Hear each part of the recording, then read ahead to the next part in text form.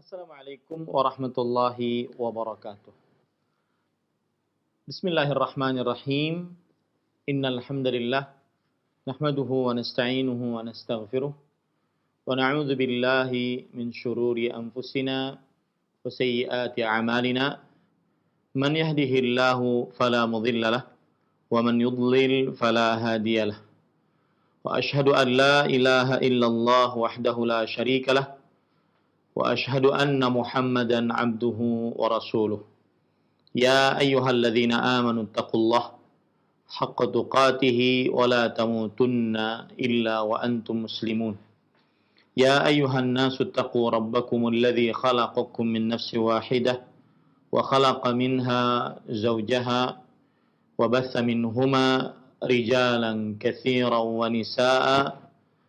Wattaqullaha alladzi tasaaluna bihi wal arham innallaha kana 'alaikum raqiba. Ya ayyuhalladzina amanu taqullaha wa qulu qawlan sadida yuslih lakum a'malakum wa yaghfir lakum dhunubakum wa man yuti'illaha wa rasulahu faqad faza fawzan 'azima. Amma ba'd. Fa inna asdaqal hadithi kitabullah wa ahsanul hadi hadyu Muhammadin sallallahu alaihi wa ala alihi wa sallam. Wa syarrul umuri muhdatsatuha wa kullu muhdatsatin bid'ah wa kullu bid'atin dhalalah wa kullu dhalalatin finnar. Alhamdulillah, kita bersyukur pada Allah Subhanahu wa taala pada hari ini, hari Rabu pagi menjelang siang 7 Al-Muharram 1441 Hijriah, kita 42 Hijriah maksudnya, kita dimudahkan oleh Allah Subhanahu wa taala untuk duduk bersama mengkaji kembali ayat-ayat suci Al-Qur'an dan hadis-hadis Rasul sallallahu alaihi wa ala alihi wasallam.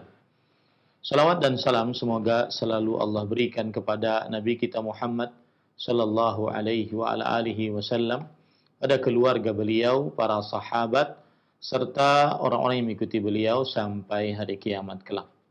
Dengan nama-nama Allah yang husna dan sifat-sifatnya yang ulia, kita berdoa, Allahumma inna nas'aluka ilman nafi'an wa rizqan tayyiban wa amalan mutaqabbala.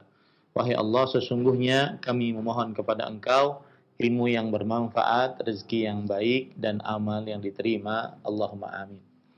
Ahibati hafizakumullah, kaum muslimin yang saya cintai karena Allah, para pemirsa Roja TV, para pendengar Radio Roja, dan seluruh kaum muslimin yang mengikuti kajian ini dimanapun Anda berada. Pada kesempatan kajian Islam ilmiah ini, karena bertepatan dengan momen, maka kita mengangkat tema ada apa di balik hari Asyura, yang mana hari ini adalah tanggal 7 Al-Muharram 1442 Hijriah, sedangkan hari Asyura adalah tanggal 10 Al-Muharram 1442 Hijriah, yang insyaallah ta'ala jika tanggalan saya ini benar, berarti hari Asyuranya adalah hari Sabtu depan. Ya, hari Sabtu depan. Baik. Ahibati hafizakumullah ta'ala, ada apa di balik hari Asyura? Sebelum kita membicarakan hari Asyura, maka alangkah baiknya kita membicarakan bulan yang ada di dalamnya hari Asyura. Hari Asyura adalah tanggal ke-10 dari bulan Al-Muharram. Maka kita membicarakan dulu apa itu bulan Allah Al-Muharram. Pengertian bulan Allah Al-Muharram, dia adalah bulan pertama dari bulan-bulan yang ada di dalam tahun Qamariyah. Bulan pertama yang ada di dalam bulan-bulan dalam tahun Qamariyah.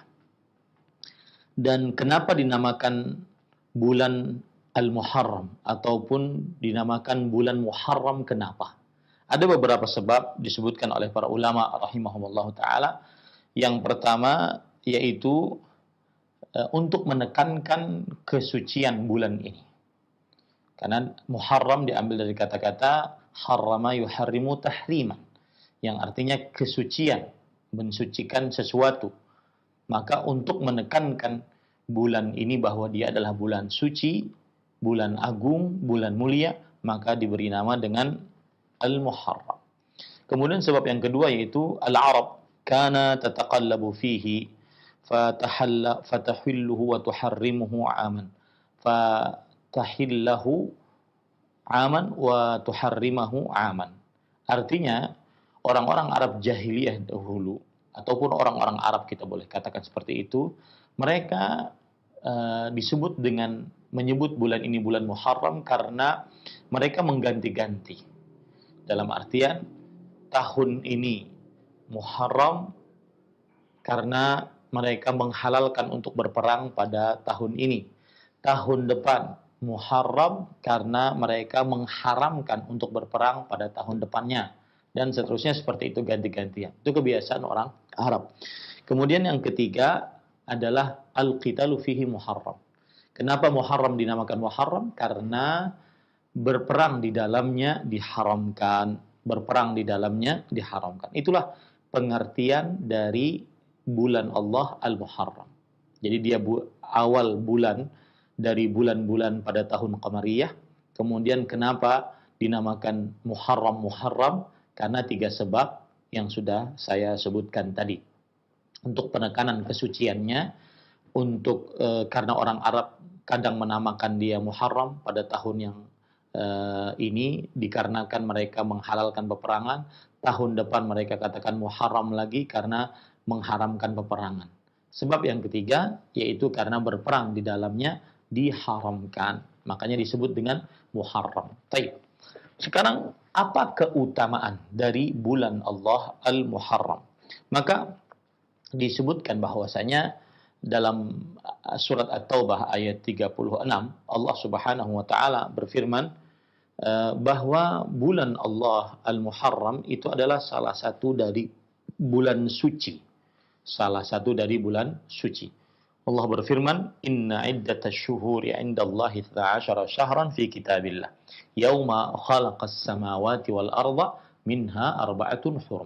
Sesungguhnya bilangan bulan pada sisi Allah ialah 12 bulan dalam ketentuan Allah Subhanahu wa taala saat Allah menciptakan langit dan bumi. Di antara 12 bulan tersebut terdapat 4 bulan haram, yaitu 4 bulan suci. Ayat ini dijelaskan oleh Rasulullah sallallahu alaihi wasallam dalam hadis riwayat Imam Ahmad dari Abu Bakar radhiyallahu anhu, yaitu Nufail bin Harith. Rasulullah sallallahu alaihi wasallam bersabda, "Ala inna az-zamana qad istadara ka hayatihi yauma khalaqallahu as-samawati wal arda as-sanatu 12 syahran minha arba'atun hurum.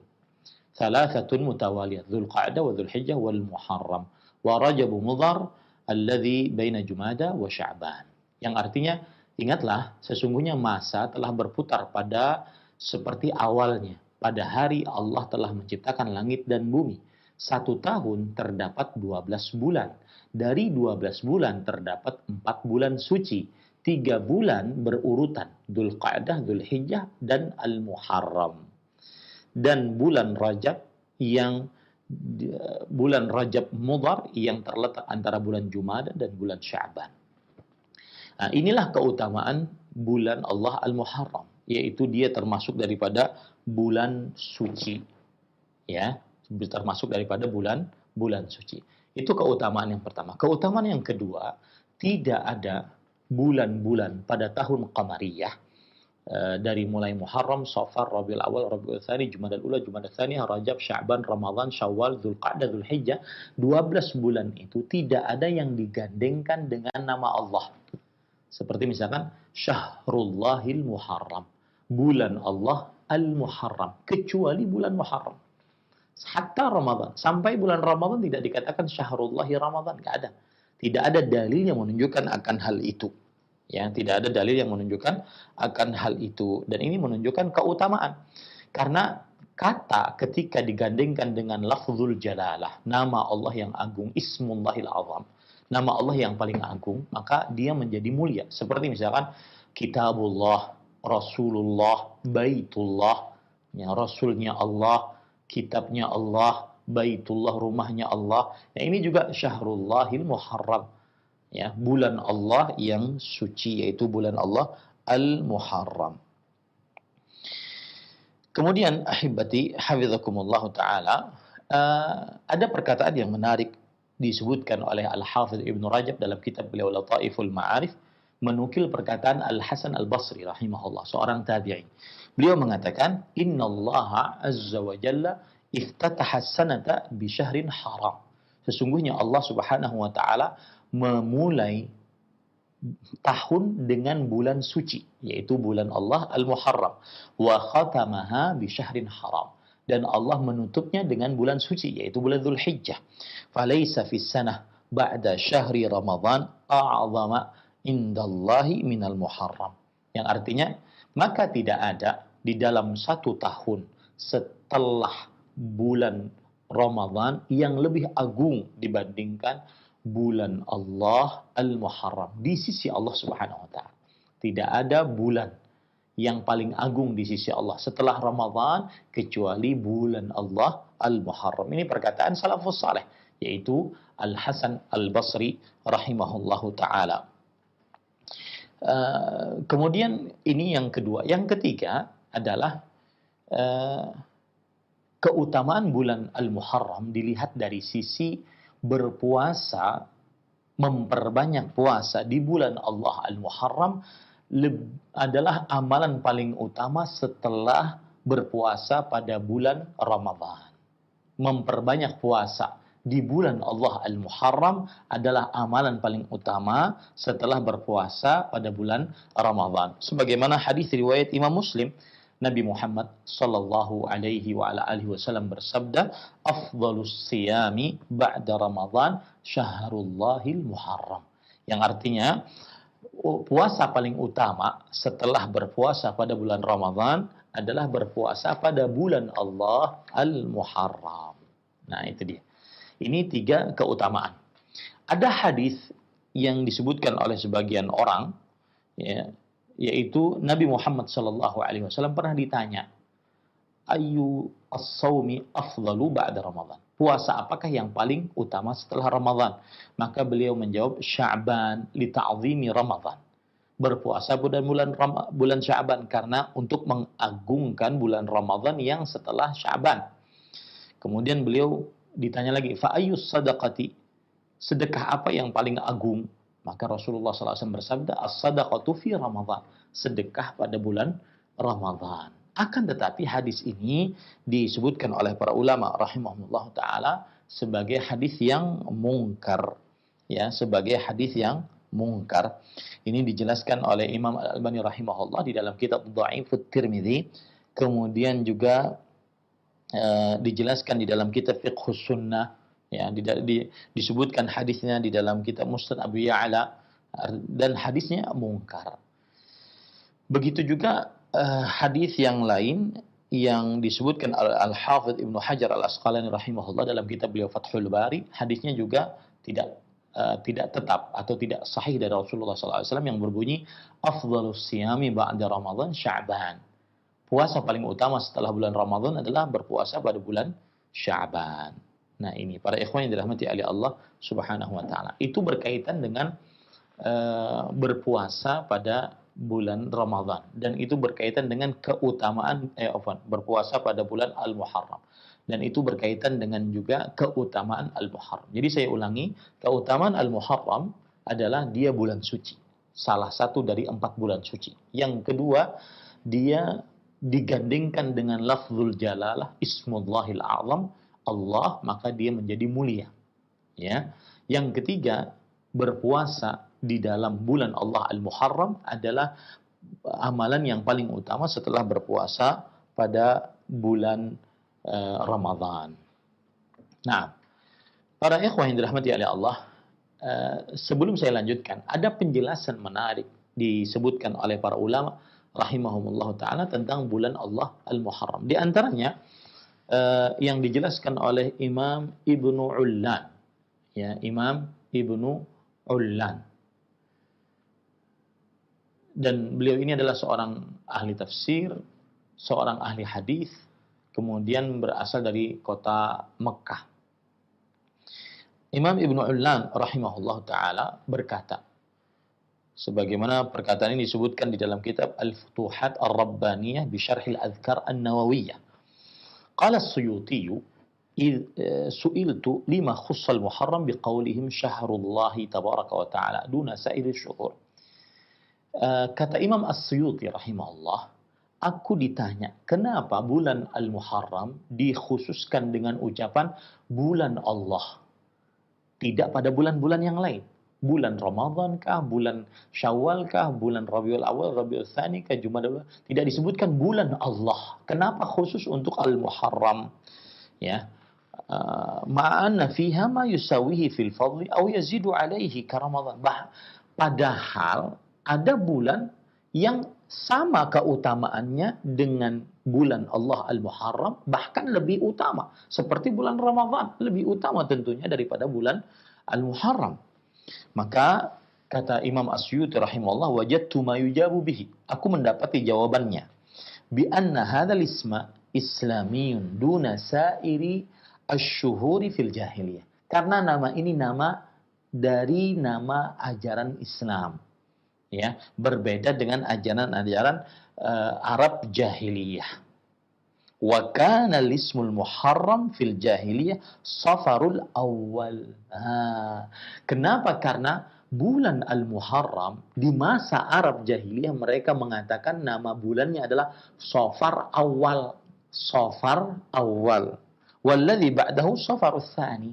Dan bulan yang kedua setelah Al-Muharram, orang Arab jahiliyah mengatakan Safar tsani, Safar yang kedua. Falamma ja'al Islamu sammahu Allah azza wa jalla al-Muharram fa udhifa ilaihi azza wa jalla bihadzal i'tibar. Ketika datang Islam dibawa oleh Nabi Muhammad sallallahu alaihi wasallam, maka Allah Subhanahu wa taala yang menamai langsung, yaitu namanya Al-Muharram. Maka karena Allah yang menamai langsung, maka digandengkanlah kata Allah dengan kata Al-Muharram. Makanya Syahrullahil Muharram, bulan Allah Al-Muharram. Wa hadhihi faidah latifah ra'aituha fil jamharah. Dan ini adalah faedah yang menarik yang aku baca di dalam kitab Al-Jamharah. Makanya Imam An-Nawawi rahimahullahu taala di dalam kitab beliau Al-Adhkar, kitab yang sangat istimewa, kitab Al-Adhkar yang ditulis oleh Imam An-Nawawi rahimahullah, beliau mengatakan wa yukrahu an yusamma al-Muharram safaran lianna dzalika min 'adatil jahiliyah. Dan dimakruhkan untuk dinamai Al-Muharram dengan nama Safar karena itu kebiasaan Arab jahiliyah. Ini para ikhwah yang dirahmati oleh Allah Subhanahu wa taala. Nah, bisa dipahami ya.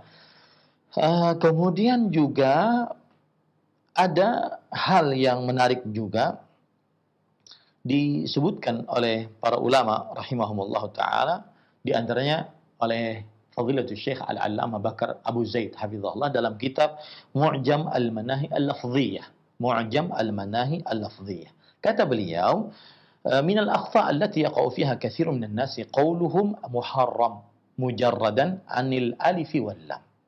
Yang artinya termasuk kesalahan kebanyakan manusia ketika mereka mengucapkan bulan Muharram, ya, tidak memakai alif lam, Muharram gitu saja. Was-shawabu an yuqal al-Muharram. Dan yang paling utama, yang paling benar disebutkan adalah Al-Muharram, pakai alif lam. Al-Muharram. Lianna al-Araba lam tadhkur hadha syahra illa mu'arraman.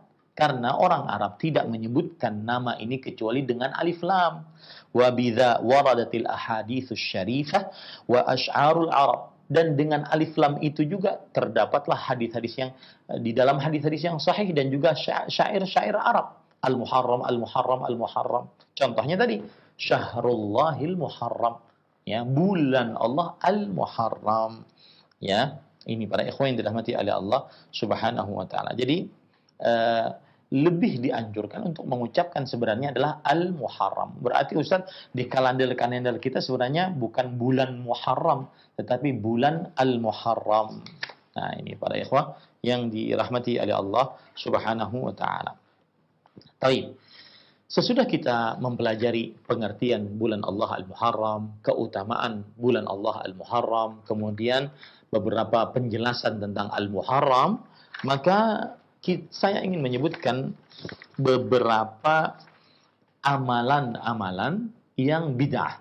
Belum ada contohnya dari Nabi Muhammad SAW, belum ada dalilnya, dan bukan syariat Rasulullah Sallallahu Alaihi Wasallam. Yang pertama, para ikhwan yang dirahmati oleh Allah Subhanahu wa taala, adalah mengucapkan atau memperingati tahun baru Hijriah. Ini saling mengucapkan selamat atas masuk tahun baru Hijriah, Happy New Year misalkan untuk bulan Al-Muharram tahun 1442 Hijriah.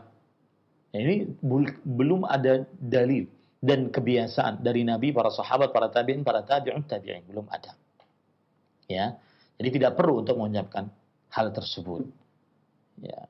Kemudian yang kedua yaitu berkumpul-kumpul karena acara memperingati hijrahnya Nabi Muhammad SAW.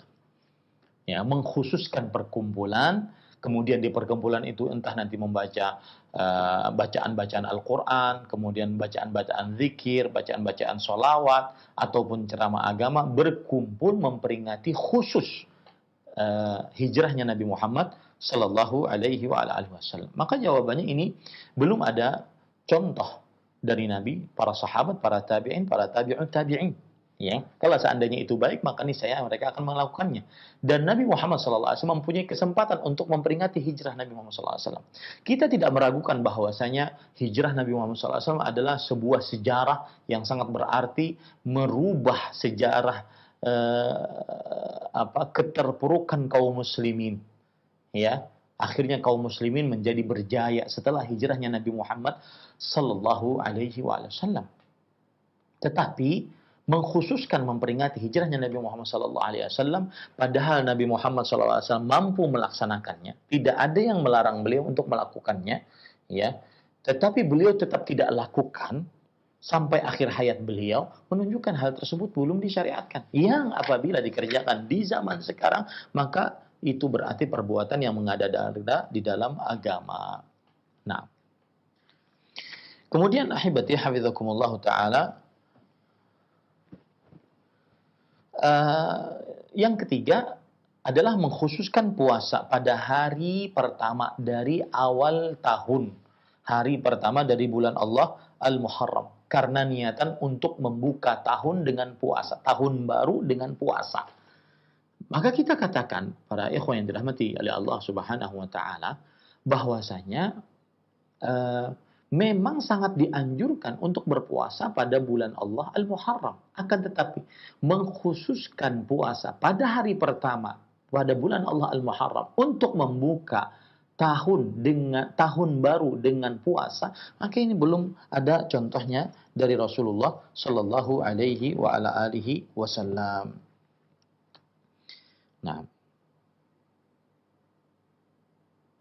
ada hadis yang palsu disebutkan di dalam kitab Al-La'alil Masnu'ah fil Ahadithil Mawdu'ah, kemudian juga disebutkan di dalam kitab Al-Mawdu'at yang ditulis oleh Imam Ibnul Jauzi, kemudian juga disebutkan dalam kitab Tadhkiratul Mawdu'at, hadis-hadis palsu semuanya ini, kitab-kitab hadis palsu, menyebutkan bahwa man shama akhir yaumin min Dzulhijjah wa awwal yaumin min Muharram khatama as-sanata al-madiyah wa iftataha as-sanata al-mustaqbilah bis-shaum ja'alallahu lahu kafaratu 50 sanah. Yang artinya, barang siapa yang berpuasa pada hari terakhir dari bulan Dzulhijjah dan berpuasa pada hari pertama dari bulan Allah Al-Muharram, maka berarti dia menutup tahun dan membuka tahun yang akan datang, menutup tahun yang telah lalu dan membuka tahun yang telah akan datang dengan puasa. Maka Allah akan menjadikan untuknya penghapus dosa selama 50 tahun. Nah, ini hadis palsu, ini tidak benar. Ya, hadis palsu ini tidak benar. Bahkan sebagian lagi mengatakan bahwasanya di samping berpuasa dianjurkan untuk membaca ayat kursi, ya, sebanyak hari dalam setahun, yaitu 365 hari atau 360 hari. Ini belum ada contohnya dari Rasul Shallallahu Alaihi Wasallam. Kemudian amalan bid'ah yang keempat adalah menghidupkan awal malam bulan Allah Al-Muharram. Imam Abu Syamah rahimahullah di dalam kitab Al-Ba'its ala Inkaril Bid'ah wal Hawadits mengatakan walam ya'ti syai'un fi awwali lailatul Muharram. Dan belum ada datang satu riwayat pun tentang amalan malam pertama khusus di malam Al-Muharram. Waqad fattashtu fima nuqila min al-athari sahihan wa dha'ifan. Dan aku sudah meneliti di apa-apa yang dinukilkan dari dalil-dalil yang sahih ataupun yang lemah. Wa fil ahaditsil mawdu'ah falam ara ahadan dzakara fiha syai'an. Bahkan di dalam hadis-hadis yang palsu tidak ada seorang pun yang aku lihat dari para ulama menyebutkan akan hal itu. Wa inni la atakhawwafu wal iyadzu billah min muftarin yakhtaliqu fiha haditsan. Dan aku khawatir ya, demi Allah aku berlindung kepada Allah, ada seorang tukang dusta yang membuat-buat hadis tentang beramal khusus di amalan malam pertama dari bulan Allah Al-Muharram. Ini sebenarnya para ikhwah, kajian ini saya ingin sampaikan di Ramadan di bulan di hari Rabu yang pekan kemarin. Tapi karena ada sesuatu terhalang, akhirnya saya tidak bisa hadir ke studio. Ya, akhirnya kajiannya sekarang ya. Ini para ikhwan yang dirahmati oleh Allah. Jadi karena ada konsep bahwasanya tidak diperbolehkan untuk mengakhirkan penjelasan saat penjelasan tersebut diperlukan. Ini padahal kan penjelasannya di awal bulan Al-Muharram tadi ya. Ini amalan yang keempat yang belum ada contohnya dari Rasulullah SAW, mengkhususkan amalan pada malam pertama dari bulan Allah Al-Muharram. Kemudian yang kelima, amalan bid'ah yang kelima adalah berumrah pada awal tahun ya di bulan Allah Al-Muharram. Ini bukan juga ada amalan khusus. Boleh berumrah kapan saja, tetapi mengkhususkan, meyakini ada fadilah, maka ini memerlukan dalil ya. Ini memerlukan dalil dan belum ada dalil akan hal itu. Baik. Yang keenam adalah membuat sesuatu yang baru, yaitu berupa doa khusus pada hari pertama dari awal tahun. Disebut dengan doa awal tahun. Ini belum ada dalil dari hadis Rasul Sallallahu Alaihi Wasallam. Nah, itu yang berkaitan dengan bulan Allah Al-Muharram. Sekarang saya akan lebih khusus lagi membicarakan tentang hari Ashura, yang mana itu adalah tema inti kita. Ada apa di balik hari Ashura? Poin yang pertama yaitu pengertian hari Ashura. Apa definisi hari Ashura? Hari Ashura artinya adalah hari yang ke-10 dari bulan Allah Al-Muharram menurut jumhur ulama. Ya, menurut jumhur ulama, sebagaimana yang dikatakan oleh Imam An-Nawawi dalam kitabnya Al-Minhaj Syarah Nawawi ala Sahih Muslim, kemudian juga oleh Imam Al-Hafidz Ibnu Hajar dalam kitabnya Fathul Bari, ya, kemudian juga Imam As-San'ani dalam kitabnya Subulus Salam. Berarti ada sebagian ulama yang sedikit mengatakan bahwa hari Ashura adalah bukan tanggal 10 dari bulan Allah Al-Muharram. Dan ahibati, hafizakumullah ta'ala, pendapat yang lebih kuat bahwasanya hari Ashura adalah hari yang ke-10 dari bulan Allah Al-Muharram menurut jumhur ulama. Baik, itu definisi dari hari Ashura. Kemudian keutamaan hari Ashura.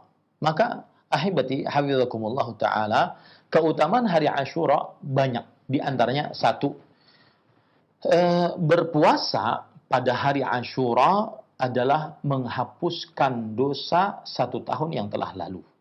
Ini keutamaan hari Ashura. Sebagaimana hadis riwayat Imam Muslim. Siyamu yaumi Ashura ahtasibu ala Allah an yukaffira as-sanata allati qablahu. Berpuasa pada hari Ashura, aku berharap kepada Allah Subhanahu wa taala menghapuskan dosa yang telah lalu. Maka tidak seyogianya seorang muslim meninggalkan puasa ini. Dan barang siapa yang meninggalkan puasa ini, maka berarti dia sudah kehilangan keutamaan yang sangat besar. Karena kita ini manusia yang tidak lepas dari dosa. Kullu bani Adam khata'. Setiap anak Adam adalah orang yang selalu melakukan kesalahan. Maka pada saat itu, ahibati hafizakumullah, kita perlu amalan yang bahkan sangat-sangat perlu amalan yang menghapuskan dosa-dosa kita, terutama dosa-dosa kecil. Kemudian para ikhwan yang dirahmati oleh Allah Subhanahu wa taala, ada sebagian orang yang terlalu, ini sedikit menyimpang. Ada sebagian orang yang terlalu pede, ya. Dia tertipu dengan keutamaan. Tertipu dengan keutamaan, akhirnya selama hari-hari, selama setahun itu dia meremehkan perbuatan-perbuatan, meremehkan dengan meninggalkan amalan-amalan wajib, kemudian meremehkan dengan melanggar larangan-larangan Allah, karena dia anggap begini, kan puasa hari Asyura itu menghapuskan dosa 1 tahun yang telah lalu, ya. Maka pada saat itu kalau kita tambah lagi dengan puasa hari Arafah, berarti kan menghapuskan dosa 1 tahun yang akan datang. Berarti masih bonus 1 tahun yang telah lalu. Nah, ini orang terlalu pede dengan amalnya. Jawabannya adalah mudah, bahwa kita belum tahu apakah amalan kita diterima oleh Allah Subhanahu wa taala. Saya kemarin di media sosial ada melihat orang mengatakan seperti ini, bahwa jangan terlalu gusar amalan kita tidak diterima oleh Allah Subhanahu wa taala atau tidak.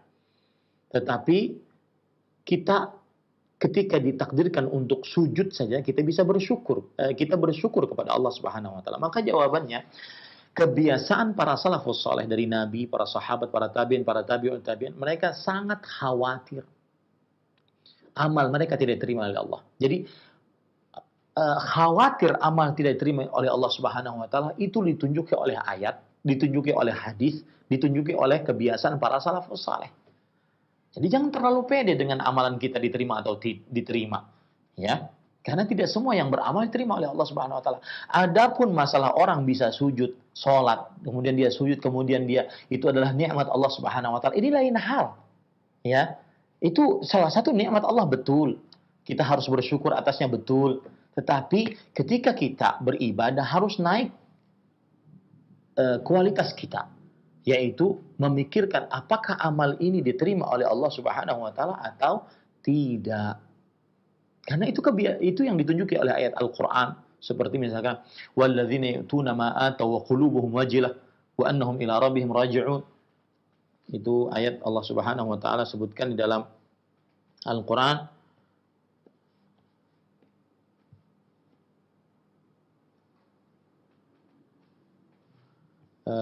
Ayat surat Al-Baqarah, bukan. Ya, surat Al-Mu'minun ayat 60. Surat Al-Mu'minun ayat 60. Dan orang-orang yang memberikan apa yang telah mereka berikan dengan hati yang takut, bahwa mereka tahu sesungguhnya mereka akan kembali kepada Allah Subhanahu wa taala. Kata-kata takut di sini, memberikan apa yang mereka berikan dengan hati yang takut, maksudnya kata Aisyah radhiyallahu anha, beliau bertanya kepada Rasul sallallahu alaihi wasallam, "Ya Rasulullah, huwa alladhi yasriq wa yazni wa yashrabul khamr wa huwa yakhafu Allah azza wa jalla?"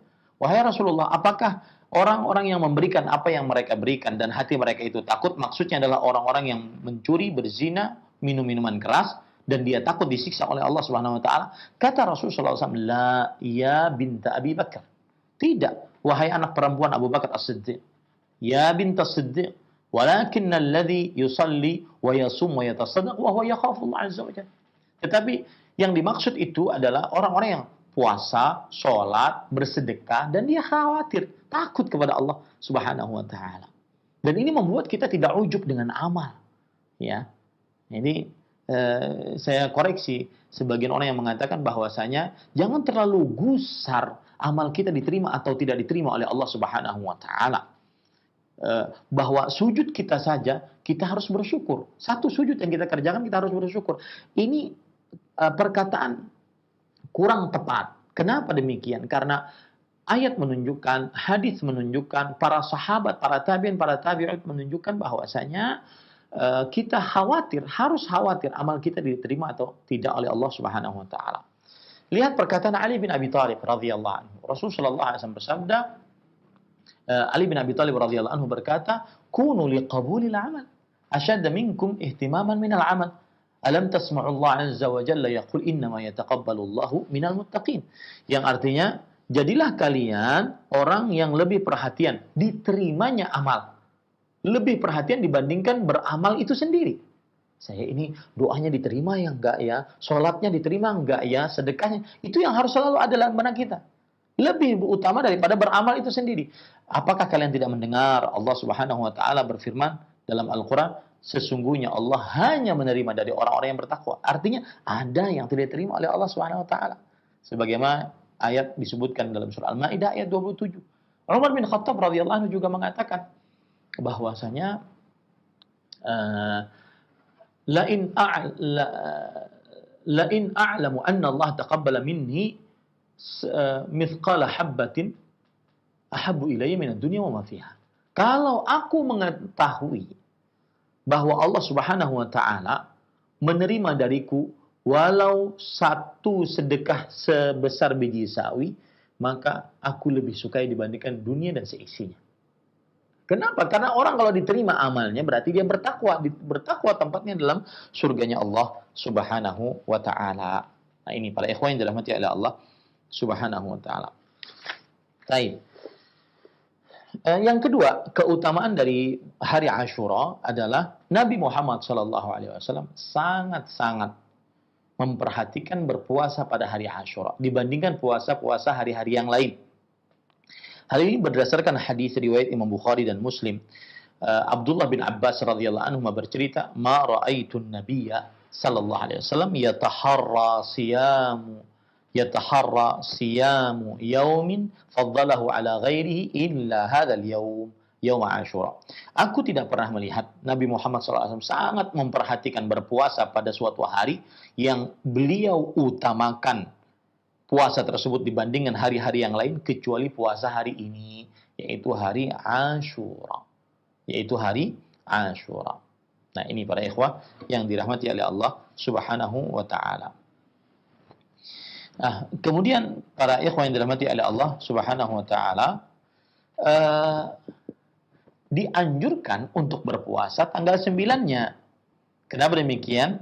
Karena Rasulullah sallallahu alaihi wasallam setelah diberitahukan oleh para sahabat, "Ya Rasulullah, inna hadzal yaum tu'azzimuhu al-yahud wan nasara." Wahai Rasulullah sallallahu alaihi wasallam, sesungguhnya puasa tanggal 10 Al-Muharram itu diagungkan oleh kaum Yahudi dan Nasrani. Sedangkan kan kita diajarkan untuk menyelisihi mereka.